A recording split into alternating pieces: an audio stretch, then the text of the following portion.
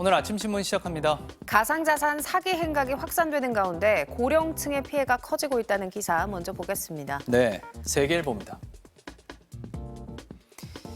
미국 대선 이후 비트코인이 고공행진을 거듭하자 가상자산에서 단기 수익을 추구하려는 투자자가 계속 늘고 있어 이를 노리는 사기 행각이 확산하고 있습니다.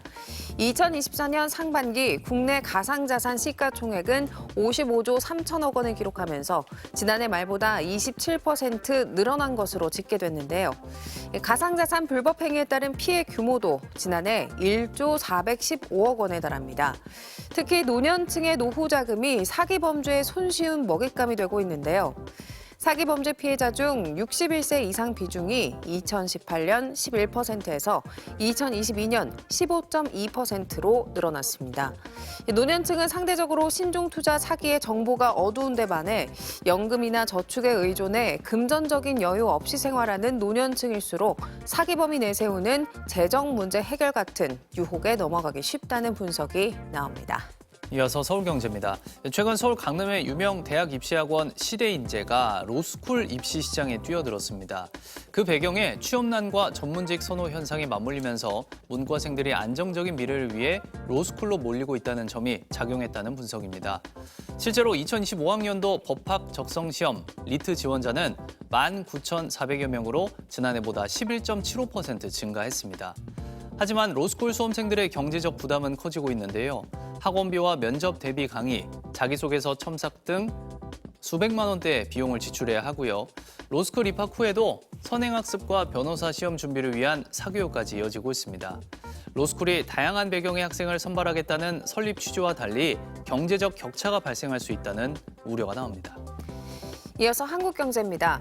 법인 파산을 신청하는 중소기업이 급증하고 있습니다. 고금리, 고물가, 고환율에 장기 불황, 중국산 저가 공세, 미국발 수출 리스크 인력난까지 겹치면서 중소기업 생태계가 7중고 늪에 빠진 건데요.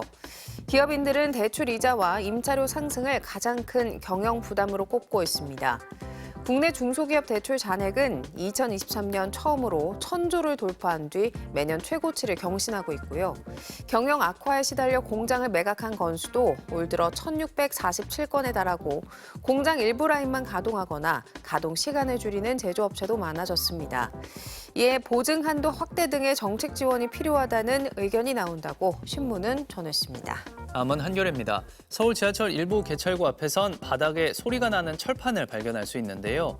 신발 바닥에 묻어 지하 역사로 유입되는 미세먼지와 오염물질을 제거하는 설비입니다. 서울교통공사는 초미세먼지 저감 대책으로 시청, 종각, 공덕역 등 12곳에 미세먼지 흡입 매트를 설치했는데요. 설치 비용은 43억 원에 이르지만 비용 대비 효과에 의문이 제기되고 있습니다.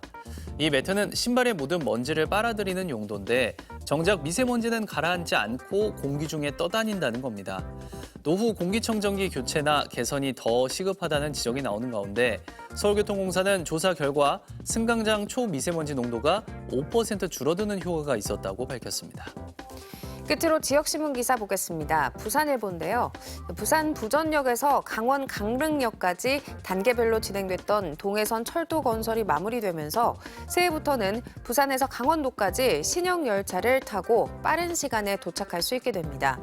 다만 1년 정도는 ITX 마음 열차를 투입해서 4시간 40분에서 최장 5시간 20분 정도 걸릴 예정이고요. 1년 뒤 KTX 이음이 투입되면 부산에서 강릉까지 최단 2시간 35분이면 주파할 수 있다고 합니다. 부산에서 강릉까지의 접근성이 개선되면서 동해안 지역 경제가 활성화될 것으로 전망됩니다.